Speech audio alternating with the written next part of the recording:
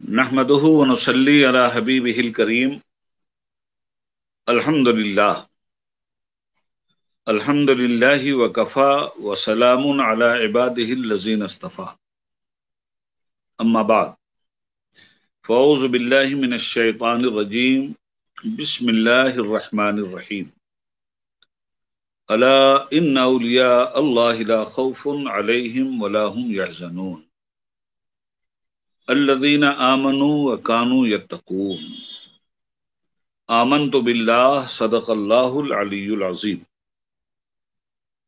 अल्लाहुम्मा सल्लि अला सय्यिदिना व मौलाना मुहम्मदिन मादनिल जूद वल करम व आलिहि व सहबिहि व बारिक व सल्लिम सलातन दाइमतम बिदवामिल मलिकिल हय्यिल क़य्यूम।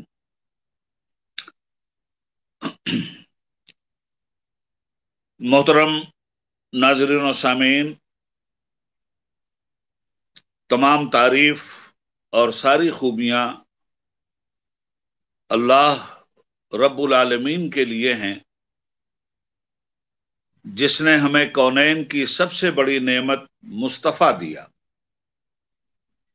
और मुस्तफ़ा जान रहमत सल्लल्लाहु अलैहि वसल्लम पर दरूद सलाम, जिनकी मुक़द्दस ज़ात ने हमें एक खुदा का पता दिया। एक देखने वाले का कहा मान लिया है, बिन देखे तुझे हमने खुदा मान लिया है। हजरात मोहतरम, इजहार चैनल के तवस्सुस से उर्स मखदूमी के पुरबहार मौके पर मखदूम आलम अल्लाह के वली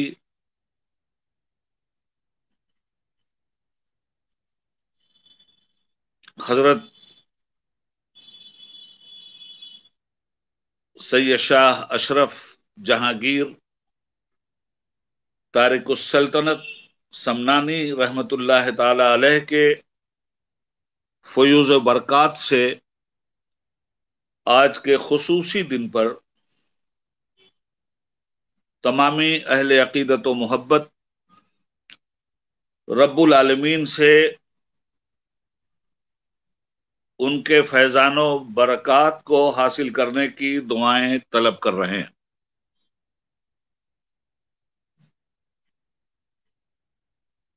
दुनिया में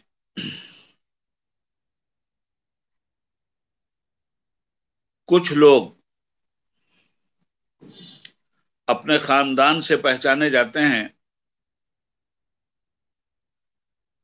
और कुछ ऐसे भी होते हैं जिनसे खानदान पहचाना जाता है।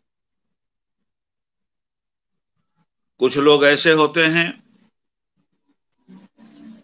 जो अपनी वलायत से पहचाने जाते हैं और कुछ ऐसे भी खुशनसीब हैं जिनसे वलायत पहचानी जाती है। कुछ ऐसे लोग हैं जो इबादत से पहचाने जाते हैं और कुछ ऐसे भी लोग हैं जिन पे सजदे नाज करते हैं। कुछ ऐसे भी लोग हैं जो इल्म से पहचाने जाते हैं और कुछ ऐसे लोग भी पैदा हुए और होते रहेंगे जिनसे इल्म पहचाना जाता है और पहचाना जाएगा। आज जिस अजीमुल मर्तबत शख्सियत और मारिफत के ताजदार हजरत गौसुल आलम सैयदना शाह सैयद अशरफ जहांगीर समनानी रहमतुल्लाह ताला अलैह पर मुझे जुबान खोलने की सआदत हासिल हुई है, मैं सबसे पहले अपने नकीब का शुक्रगुजार हूं कि हुजूर वाला ने यह मौका मुझे इनायत फरमाकर मुझ पे करम खास किया है। ये पैगाम दे गई है मुझे बादे सुबह गाही कि खुदा के आरिफों का है मकाम बादशाही। और हुजूर मखदूम समनानी रहमतुल्लाह ताला अलैह के सिलसिले में उनकी तारीख के पस मंजर में यह कहना चाहूंगा, मैं इशारतन और किनायतन बोलूंगा, तफसीलात तो आपको मालूम है। उनकी شخصیت کے پس منظر میں یہ کہنا چاہوں گا کہ اتنی بڑی عبقری شخصیت جس نے ہندوستان کو اپنے قدم میمنت لزوم سے نوازا، اس شخصیت کا عالم یہ ہے کہ میں ان کے بارے میں اکثر و بیشتر یہ کہتا ہوں، ذرا سنبھل کے فقیروں پہ تبصرہ کرنا، ذرا سنبھل کے فقیروں پہ تبصرہ کرنا۔ یہ لوگ پانی بھی سوکھی ندی سے لیتے ہیں۔ یہ وہ عظیم المرتبہ شخصیت ہے جس کی ٹھوکر میں زمانہ ہے۔ آپ کی تاریخ کے حوالے سے ہمیں یہ علم حاصل ہے کہ آج سے 600-700 برس پہلے ایران کی سرزمین پر صوبہ سمنان کی شہنشاہی آپ کو حاصل تھی۔ یوں تو آپ نسباً بھی شہنشاہ ہیں، عرفاً بھی شہنشاہ ہیں، عملاً بھی شہنشاہ ہیں، اخلاقاً بھی شہنشاہ ہیں، اور فکر و نظر کے اعتبار سے بھی شہنشاہی کا تاج آپ ہی کے سر پہ سجتا ہے۔ آپ کی تاریخ بیان کرنے والے بتلاتے ہیں کہ آپ نے تارک السلطنت ہونا پسند کیا۔ فقر و فاقہ کی راہ جب کسی بھی شخص پر واہ ہوتی ہے اور تزکیے کا دروازہ جب کسی پہ کھل جاتا ہے تو بادشاہت کے لیے دنیا طلبی کے لوگ کوشش کرتے ہیں، اور بادشاہت دنیا کو ٹھوکر مار کر عقبہ کی تاجداری کے مالک وہ لوگ بنتے ہیں جن لوگوں میں ایک سرخیل نام حضرت مخدوم سمنانی رحمت اللہ تعالی علیہ کا ہے۔ آپ کے بارے میں جاننے والے یہ جانتے ہیں کہ آپ نے اپنی والدہ محترمہ سے اجازت لی کہ مجھے فقر و فاقہ کی راہ پہ ڈال دیجیے۔ دنیا فقر و فاقہ، میں فقر و فاقہ کے لفظی مفہوم سے الگ ہٹ کر نظریاتی مفہوم کی بات کر رہا ہوں، ورنہ دنیا تو فقر و فاقہ کو تنگ دستی سے محمول کرتی ہے، مگر شریعت کی اصطلاح میں جو فقر ہے، اس فقر کا معاملہ تو یہ ہے کہ جسے نانے جمی بخشی ہے تو نے، اسے بازوئے حیدر بھی عطا کر۔ جب وہ فقر انسان کے اندر پیدا ہو جاتا ہے تو وہ بازوئے حیدر کا امین ہو جاتا ہے۔ جب وہ فقر انسان کے اندر پیدا ہو جاتا ہے تو پرے پرواز اس کا حضرت روح الامین کے پروں سے بات کرنے لگتا ہے۔ جب وہ فقر کی شان پہ چڑھ جاتا ہے تو اس کی شان دو عالم کے عام انسانوں سے بالا ہو جایا کرتی ہے۔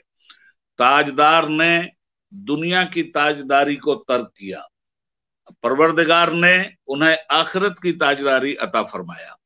اور طلب دین کے لیے اس سلسلے میں ایک بات اور عرض کر دوں کہ دنیا میں 3 طرح کے لوگ ہوتے ہیں۔ ایک وہ ہوتے ہیں جو طلب دنیا کی خاطر ترک عقبہ کر دیتے ہیں، ایک وہ ہوتے ہیں جو طلب دنیا کے ساتھ ساتھ طلب آخرت کی بھی فکر میں لگے رہتے ہیں۔ مگر حضور تارک السلطنت مخدوم سمنانی علیہ الرحمت وہ شخصیت ہیں جو ترک دنیا بھی کر گئے تھے، ترک عقبہ بھی کر گئے تھے، اور صرف طلب مولا کے لیے اپنے قدم کو انہوں نے آگے بڑھایا تھا، اور شہنشاہیت کو ٹھوکر میں ڈال کر فقر کی اس دولت کو حاصل کیا تھا جس دولت کے مقابلے میں دنیا کی کوئی دولت ٹھہر نہیں سکتی اور اس کی ہمسر نہیں ہو سکتی۔ آپ کی شخصیت بخارا کی سرزمین پر پہنچتی ہے۔ گھر سے جب آپ روانہ ہوئے ہیں تو 12,000 لشکر جرار کے ساتھ ایک جلوس کی منزل میں آپ کو روانہ کیا گیا، مگر راستے میں عشق الہی کی وہ آگ آپ کے سینے میں سلگ رہی تھی، وہ شمع فروزاں اجالا دے رہی تھی آپ کو، کہ آپ نے اس وقت یہ طے کیا کہ اس کرو فر سے فقیر کو کیا واسطہ ہے۔ اس فوج کو بھی آپ نے واپس کیا۔ آپ کی تاریخ لکھنے والے لکھتے ہیں کہ آگے چل کر کے لوگوں کو بھی آپ نے واپس کرنا شروع کیا، اور بخارا کی راہ کا راہی بن کر مسافران حق کی راہ کی خاک کو چومتے ہوئے آپ بخارا تک جب گئے ہیں تو ایک ساتھی بھی آپ کے ساتھ نہیں تھا۔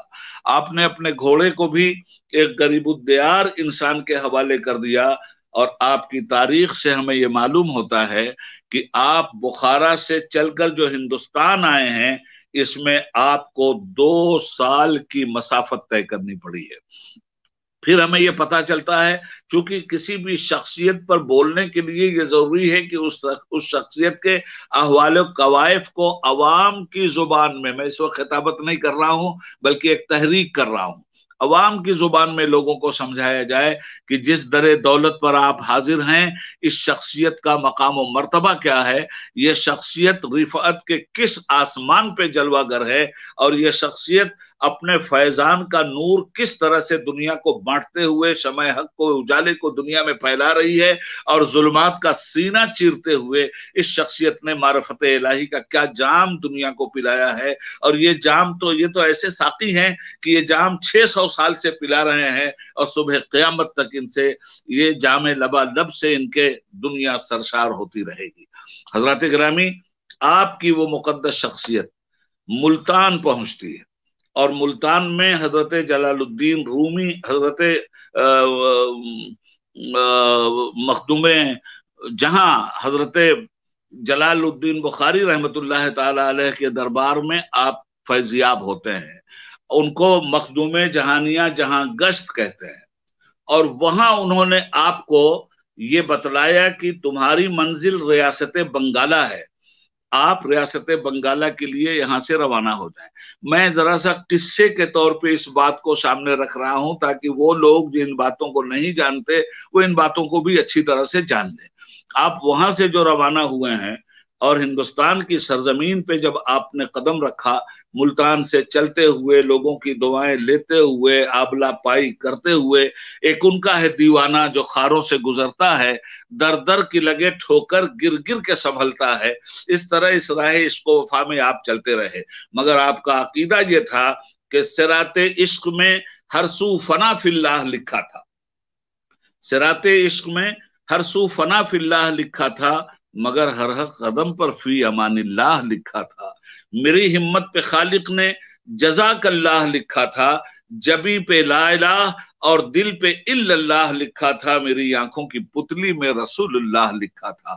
یہ وہ شخصیت تھی جو اپنی آنکھوں کی پتلی میں رسول اللہ کے نام کو سما کر کے آگے بڑھ رہی تھی، اور یہی حضور کا نام نامی و اسم گرامی ان کے لیے گائیڈ کا کام کر رہا تھا، رہبری کا کام کر رہا تھا، اور ان کی اس مسافت مشقت کو طے کروا رہا تھا۔ تاریخ نویس یہ بتلاتے ہیں کہ آپ دھیرے دھیرے ریاست بنگالہ کی طرف کشاں کشاں اپنا قدم طلب پیر میں بڑھا رہے تھے۔ ریاست بنگالہ میں اس وقت آج کا بہار، وہ ریاست بنگالہ کا ایک حصہ تھا، بعد میں بہار ایک صوبہ بنا ہے۔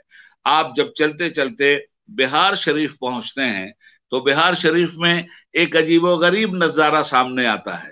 راستے میں بہار شریف تک پہنچتے پہنچتے قدرت نے آپ کے وجود کو محبوب بندوں کی شکل میں اپنی بارگاہ میں پسندیدہ بنا لیا تھا، اور وہاں تک چلتے چلتے منزل سلوک آپ طے کر چکے تھے۔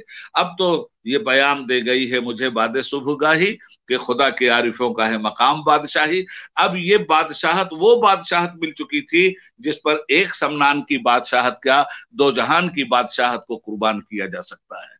آپ جب بہار شریف پہنچے ہیں، ادھر دیکھیے یہ ہو رہا ہے، اور ادھر مخدوم بہار رحمت اللہ تعالی علیہ جن کے دربار کا عالم یہ تھا کہ آپ کے دربار میں تاشقند، آپ کے دربار میں بخارا، آپ کے دربار میں کابل، آپ کے دربار میں قندھار، ان تمام تر جگہوں کے رئیسوں کے شہزادے تعلیم و تربیت کے لیے حاضر تھے، اور آپ نے ان شہزادوں کے نفس کو کچلنے کے لیے، جو فرش مخمل پہ بھی جن کے پاؤں کے تلوے چھلتے تھے، ان کے لیے اپنے مہمان خانے میں مہمانوں کے دسترخوان کو بچھانا، مہمانوں کے کمرے کی صفائی کرنا، مہمانوں کو نہلانے دھلانے کا انتظام کرنا، ایسے بادشاہوں کے شہزادوں کو حضرت مخدوم بہار نے ان خدمات پہ لگایا تھا، تاکہ نفس کا جو غرور ہے وہ ہر طرح سے زائل ہو جائے، اور جب تک دل سے اس طرح کی गलाजतें खत्म नहीं होती, जब तक नफ्से अम्मारा कूट कूट कर दफन नहीं किया जाता तब तक नफ्से लव्वामा नहीं पैदा होता। और जब नफ्से लव्वामा से भी आदमी आगे बढ़ता है तो नफ्से मुतमइन्ना पैदा होता है। और जब नफ्से मुतमइन्ना पैदा होता है तो आवाज आती है, या अय्युहन नफ्सुल मुतमइन्नतु इरजिई इला रब्बिका रादियतम मर्दिया फदखुली फी इबादी वदखुली फी जन्नती। हजरत की मुकद्दस जात उस मकाम पर फायजुल मराम हो चुकी थी। उधर क्या हुआ था, वली रा वली मी शनासत, हमेशा वली एक दूसरे वली को पहचानता है। हजरत मखदूम बिहार रहमतुल्लाह अलैह मामूली शख्सियत नहीं है। अगर उन्हें रईसुल मुहक्किकीन कहा जाए तो मुबालगा नहीं होगा, उन्हें इमामुल मुदर्रिसीन कहा जाए तो मुबालगा नहीं होगा, उन्हें इस्लामी दुनिया का अपने वक्त का सबसे बड़ा रिसर्च स्कॉलर कहा जाए तो भी मुबालगा नहीं होगा। उनकी मकतूबात सदी पढ़ लीजिए, 14 तबक रोशन हो जाएंगे। सही मानों में मकतूबात सदी पढ़कर उस पर अमल करने वाले के लिए वलायत की राहें कुशादा होती हुई दिखलाई देंगी। ऐसी शख्सियत मखदूम सिमनानी के आने से पहले मखदूम सिमनानी को पहचान रही थी। इस तारिक उस सल्तनत की शख्सियत का तारुफ जाते जाते मखदूम बिहार ने करवा दिया था। आपने अपनी वसीयत में फरमाया था कि मेरा जनाजा जिस वक्त भी मेरी मौत हो जाए और रूह कफसे उनसुरी से परवाज कर जाए, खुले हुए मैदान में मेरा जनाजा रख देना, मगर मेरा जनाजा हर आदमी पढ़ाने का मुतहम्मिल नहीं हो सकता। मेरे जनाजे को पढ़ाने के लिए मेरी वसीयत के मुताबिक कुछ शर्तें हैं और उन शर्तों से मशरूत अगर कोई मिल जाए तो मेरी नमाज जनाजा पढ़वाना। शर्तें क्या थी हुजूर वाला? शर्तें ये थी कि जो भी मेरी नमाज जनाजा पढ़ाए वो तारिकुस सल्तनत हो, यानी किसी सल्तनत का बादशाह हो और दुनियावी सल्तनत को छोड़ करके फिक्र की सल्तनत को हासिल करने के लिए निकल पड़ा हो। नंबर 2, नजीबुत तरफैन सादात हो। नंबर 3, किराते सबा का कारी हो। और नंबर 4, मुजर्रद हो। अब आप मुझे बताइए कि एक शख्सियत में इतनी सिफात कहां से जमा होती? कोई शक की बात नहीं है कि जब मखदूम बिहार रहमतुल्लाह ताला अलैह का जनाजा रखा गया और जनाजे की इमामत के लिए ऐसे इमाम को तलाश किया गया तो वहां ऐसा नहीं था कि औलिया नहीं थे। बेशक वहां औलिया किराम भी थे, वहां उलमा भी थे, मुहद्दिसीन भी थे, मुफस्सिरीन भी थे, मगर वो नहीं था जिसको निगहे कीमिया असर ने अपने जनाजे के लिए मुंतखब किया था। मगर वो भी उसी राह का राही था।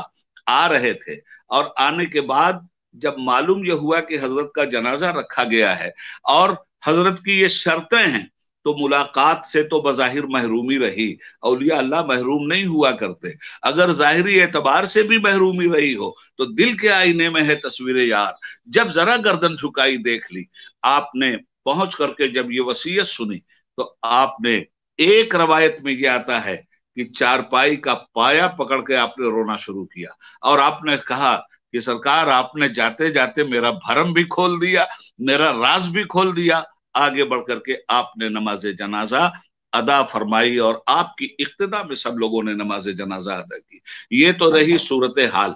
उसके बाद जब कब्र अनवर पे फातिहा पढ़ ली गई तो उस फातिहे के बाद ये तारीख हमें बताती है कि हजरत ने ये सोचना शुरू किया, दिल में कुदूरत पैदा हुई आपके कि कहीं तो ऐसा तो नहीं मैं तो रियासत बंगाला में आ गया, कहीं ऐसा तो नहीं कि यही मेरे पीर थे और मेरे आने से पहले इस दुनिया से रुखसत हो गए। रूहे मखदूमुल मुल्क ने तसर्रुफ फरमाया और फरमाया कि नहीं, मेरे बिरादर अलाउल हक पंडवी तुम्हारा इंतजार कर रहे हैं और आपको अपनी रूहानियत के फयूज से नवाजते हुए आपको रवाना होने की तलकीन फरमाई। एक बात और अर्ज करना चाहूंगा, यही बहुत बड़ी बात है कि मखदूम बिहार की नमाज जनाजा मखदूम समनान पढ़ा रहे हैं। न मखदूम बिहार न जाने वाले का जवाब था और न पढ़ाने वाले का जवाब था। वो भी लाजवाब थे और ये भी लाजवाब थे। मगर मैं आपसे अर्ज करता चलूं बाद में क्या हुआ। खिरक़े खिलाफत जो सबसे अहम चीज होती है, मैं आपसे इत्तलान अर्ज करता हुआ चलूंगा कि मखदूम बिहार दिल्ली गए थे सुल्तान निजामुद्दीन औलिया महबूब इलाही से शर्फ बैअत हासिल करने के लिए। महबूब इलाही के दरबार में बैठे रहे, इंतजार करते रहे कि महबूब इलाही अपने गुलामों में दाखिल कर लेंगे। महबूब इलाही का तरीक़ेकार ये था कि जिसको शर्फ बैअत से नवाजते थे बेधड़क नवाज दिया करते थे, और जिसको शर्फ बैत से नहीं नवाजते थे उस आदमी को एक बीड़ा पान उठा के दे दिया करते थे।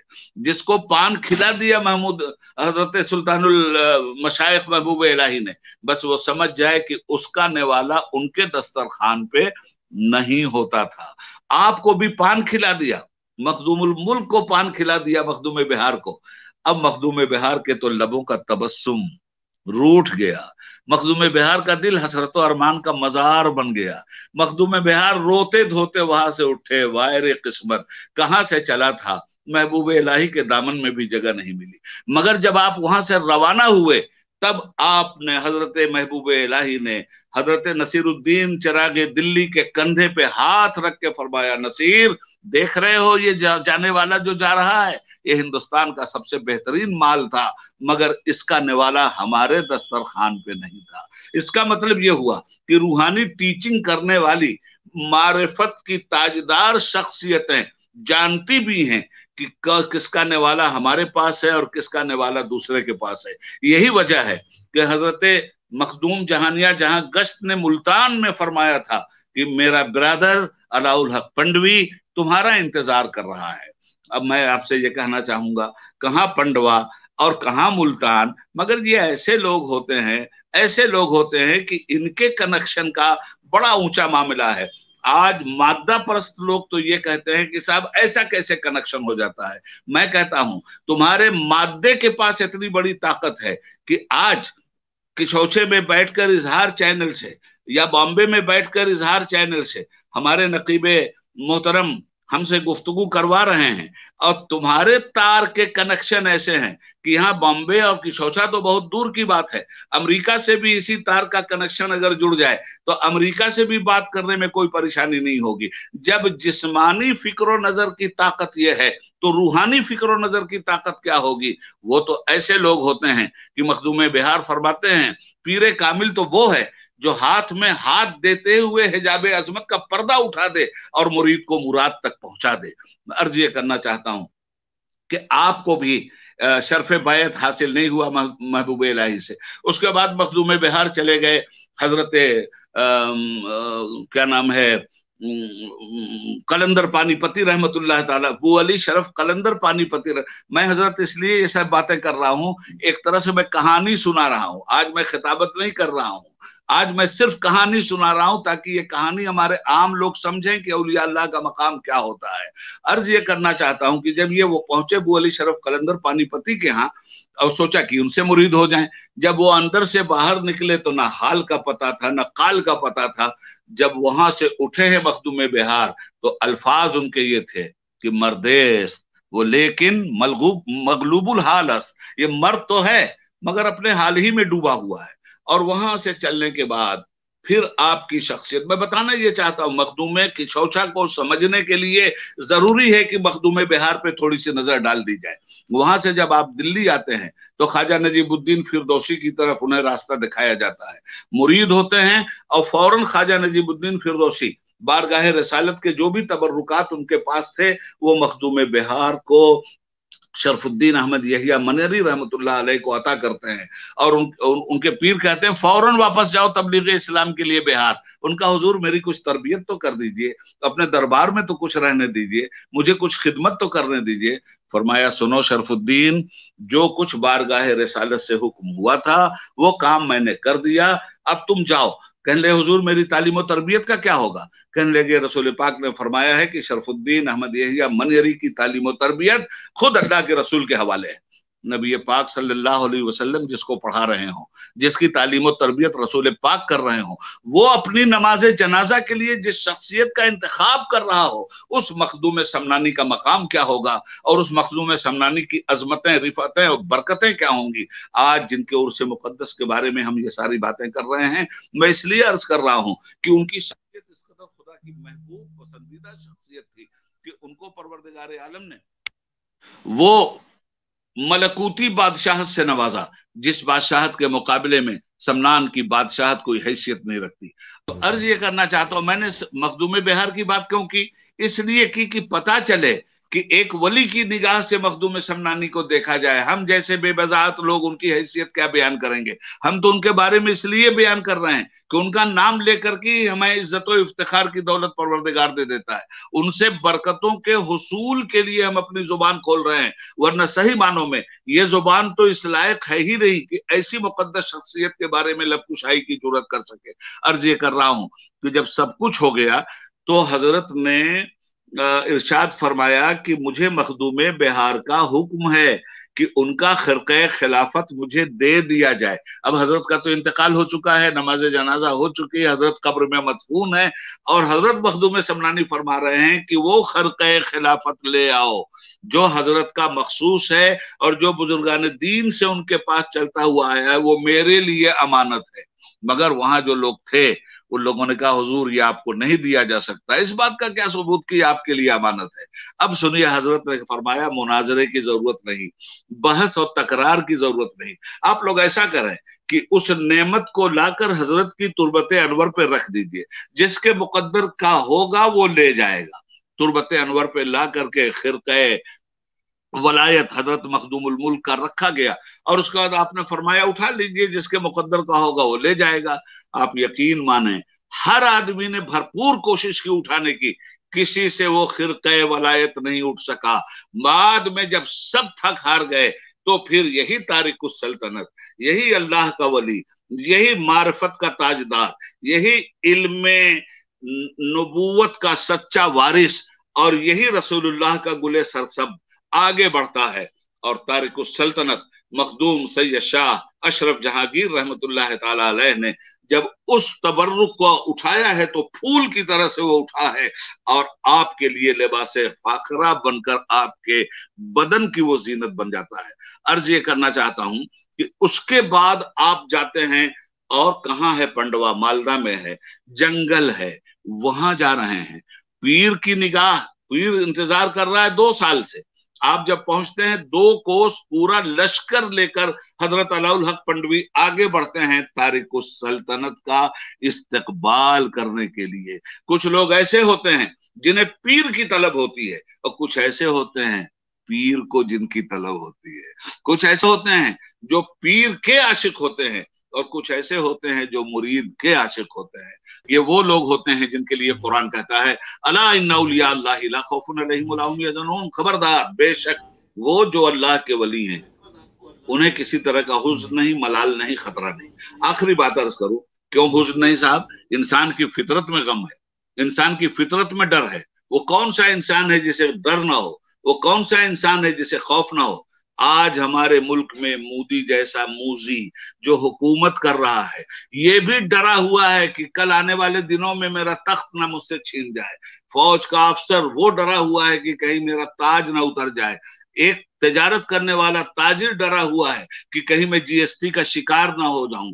دنیا میں ہے کون جس کے اوپر غلبہ نہیں ہے غم کا، جس کے اوپر غلبہ نہیں ہے ڈر کا؟ میں آپ سے صحیح کہتا ہوں کہ ساری دنیا کے انسانوں پر، خواہ وہ کسی بھی شعبہ زندگی سے تعلق رکھتے ہوں، سب کسی نہ کسی ڈر سے مغلوب ہیں، سب کسی نہ کسی غم سے مغلوب ہیں. غم ایسی طاقت کا نام ہے جو انسان کو اپنے حصار سے باہر نہیں نکلنے دیتا. ڈر ایسی طاقت کا نام ہے جو اپنے حصار سے انسان کو باہر نہیں نکلنے دیتی. مگر واہ رے اولیاء اللہ، اللہ کہتا ہے لا خوف علیہم ولا هم يحزنون، ان کے پاس نہ ڈر پھٹکتا ہے نہ ان کے پاس غم پھٹکتا ہے. تو وجہ کہ بھئی اگر دنیا کا ڈر نہیں ہے تو آخرت کا ڈر ہونا چاہیے، دنیا کا اگر کوئی غم نہیں ہے تو آخرت کا بھی غم ہونا چاہیے. مگر یہاں تو مکمل نفی کی جا رہی ہے، لا خوف علیہم ولا هم يحزنون. کسی زمانے میں نہ ان کو ڈر ہے نہ ان کو خوف ہے. وجہ کیا ہے؟ اس وجہ سے پردہ اٹھاتا ہوں، ایک میان میں 2 تلوار نہیں رہ سکتی، تو ایک دل میں 2 ڈر کیسے رہے گا؟ اولیاء اللہ کا سینہ خشیت ربانی کا ایسا گنجینہ بن جاتا ہے جس میں نہ غم دنیا کے سمانے کی کوئی گنجائش ہوتی ہے، نہ غم عقبہ کے سمانے کی کوئی گنجائش ہوتی ہے. اور آج انہیں دیکھیے نا، ایک جوگی بیٹھا ہوا اس جگہ پر، اس جگہ پہ انہوں نے قبضہ کیا. کفرستان کے ماحول میں کفر کی جگہ آپ نے اسلام کا جھنڈا نصب کیا، شرک کی جگہ आपने ईमान का अलम बुलंद किया, बिदअत की जगह आपने अपने नबी की सुन्नतों के चिराग जलाए, और आज 600 साल से ऊपर का जमाना गुजर गया है। कौन है जो मखदूम के फैज से फैजियाब नहीं हो रहा है? मखदूम का फैज सिर्फ इतना ही नहीं है कि आदमी आया और दुनियावी फैज लेकर के चला गया, नहीं, मखदूम ने वलायत का फैज बांटा है, मखदूम समनानी ने इल्म का फैज बांटा है, मखदूम समनानी ने इखलाक का फैज बांटा है, मखदूम समनानी ने तहजीब का, तमद्दुन का, कल्चर का, मार्फत इलाही का फैज बांटा है। उनके दरबार से फैज लेने के लिए दुनिया की बिल्डिंगें मांगने की, मुरादें मांगने उनके यहाँ ना जाओ। पहली बात तो यह है कि मुराद किसी से मांगी ही नहीं जा सकती, मन्नत किसी से मानी ही नहीं जा सकती, दुआ सिर्फ खुदा से की जा सकती है। मगर खुदा के महबूब बंदों के दरबार में आकर अगर खुदा से दुआ की जाए तो दुआ बाबे इजाबत से जरूर टकराती है। ये दुआ परे परवास के साथ उछलती हुई चली जाती है। जिस महबूब ने अपनी पूरी जिंदगी तज दिया, फना फिल्लाह फना फिर रसूल हो गया, उस महबूब के दरे दौलत से खाली कौन जाएगा? मैं ये नहीं कहता कि ये औलिया अल्लाह देते हैं, मैं कहता हूं देता अल्लाह है, अपने वलियों के फैज से देता है, अपने महबूबों की महबूबियत के सदक़े में देता है, अपने महबूबों की महबूबियत के तुफैल में देता है। इसलिए इस अकीदे बातिला से भी हमें दूर रहना है कि फला ने दे दिया, ढेका ने दे दिया। कोई किसी को नहीं देता, देने वाला मालिक हकीकी अल्लाह है। मगर अल्लाह देता है वसाइल के जरिए, इसलिए कि असबाब के जरिए ही चीजें इंसान को मिला करती हैं। बगैर अललो असबाब के कोई चीज नहीं मिलती। तो जब दुनिया में बगैर अललो असबाब के कोई चीज नहीं मिलती, तो इन औलिया अल्लाह ने जो अपनी जिंदगी को तज दिया, दुनिया की चीजें भी इन्हीं के असबाब से अल्लाह देता है। यहां तक कि ऐसे ही लोगों के सबब अल्लाह बारिश रहमत फरमाता है, ऐसे ही लोगों के जरिए अल्लाह ताला इल्म फजल का गुलशन लहराता है। और देखिए कैसे लोग थे, आज हम जैसे नाकारे मुसलमान जिन पर तलवारें लटक रही हैं कुफ्र और शिर्क की, कहीं मॉब लिंचिंग हमारे साथ हो रही है, कहीं हमारे घर जलाए जा रहे हैं, कहीं हमें बेइज्जत किया जा रहा है। भाई हमने कौन सा गुनाह किया है? हमें क्यों सोचना पड़ेगा हिंदुस्तान के मुसलमानों को भी, क्या बात है कि हमारा घर जला रहे हैं, और जो लोग जला रहे हैं क्या बात है कि मखदूम समनानी के मजार पे चादर चढ़ा रहे हैं। दुनिया में दुनियाए कुफ्र ही के तो वो लोग हैं जो हमारे साथ मॉब लिंचिंग कर रहे हैं, और दुनियाए कुफ्र ही के तो वो लोग हैं जो खुदा के दरबार में हाथ उठाकर इस मखदूम के सदक़े में अपनी आरजुओं को पूरा करवाना चाहते हैं। हम बड़े मुसलमान हैं या ये बड़े मुसलमान थे? तो हमारे मुसलमान होने की बुनियाद पर अगर हम पर जुल्म सितम हो रहा है तो हमसे ज्यादा तो इन पर जुल्म सितम होना चाहिए था। मगर नहीं, हम कच्चे मुसलमान, ये पक्के मुसलमान। और पक्के मुसलमान का मामला ये है कि दुनिया में जब रहता भी है तो जोगी उसके कदमों पे झुकता है। और यही पक्का मुसलमान, चाहे वो किछौछे में अपनी मरकद अनवर में हो, चाहे अजमेर में अपनी मरकद अनवर में हो, दुनिया के ताजदार उसकी बारगाह में, गैर मुस्लिमों की बात मैं कर रहा हूँ, नंगे पैर जाते हैं, फूलों का टोकरा सर पे होता है, और वहां जाकर इज्जत और इकबाल की भीख मांगा करते हैं। यहीं से हमें यह भी ज़हन मिला कि अगर हम हजरत तारिकुस सल्तनत सैयद अशरफ जहांगीर समनानी रहमतुल्लाह ताला अलैह के सच्चे आशिक हो जाएं और अमलन उनके नक्शे कदम की पैरवी करें, तो जिस तरह से कल उनकी बारगाह में दुनिया झुकी थी और इस्लाम दुनिया ने कबूल किया था, आज भी इस्लाम को उसी तरह दुनिया कबूल करेगी। शर्त यह है कि हम सैयद अशरफ जहांगीर तो नहीं बन सकते, मगर गुलाम सैयद अशरफ जहांगीर तो जरूर बन सकते हैं। हम मखदूम सिमनान तो नहीं बन सकते, मगर उस मखदूम के सच्चे खादिम तो बन सकते हैं। इसलिए गुफ्तगू के आखिर में हजरत पैगाम यह है मुसलमानों से कि मुसलमानों, हजरत मखदूम समनानी का एक पैगाम था और उसी पैगाम में सारी कायनात की कामयाबी छुपी हुई थी कि ऐ मुसलमानों, अगर कामयाबी चाहते हो तो अल्लाह का दर पकड़ो और अल्लाह का डर पकड़ो। अल्लाह के दर से वाबस्ता हो जाओ और अल्लाह का डर दिल के अंदर पैदा कर लो। तुम हुकूकुल्लाह भी अदा करोगे और हुकूकुल इबाद भी। हजरत की शख्सियत ऐसी ही थी, आप मुजर्रद थे, शादी नहीं किया था, खालाजाद बहन के बेटे को बेटे की तरह से पाला था और हाजीउल हरमैन को इस तरह से पाला। क्या कोई अपने नसबी बेटे को पालेगा जिस तरह से आपने अपने भांजे को पाला था? और आज उन्हीं के दम कदम से और इन्हीं बुजुर्गों की निस्बत से सिलसिले अशरफिया पूरी दुनिया में फैला हुआ है।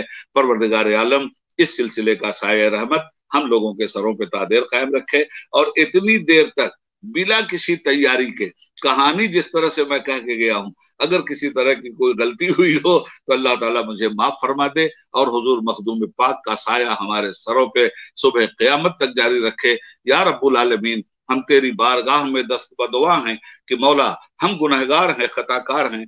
अपने इस महबूब बंदे के सत्ते में अगर हमसे शऊरी तौर पर या लाशऊरी तौर पर कभी कोई शिरके खफी हो गया हो या शिरके जली हो गया हो या कुफ्र हो गया हो या बिदतो खुराफात हुई हो या गुनाह सगीरा गुनाह कबीरा हुआ हो, तो या अल्लाह हम तो इस लायक नहीं है कि तू हमें माफ कर दे।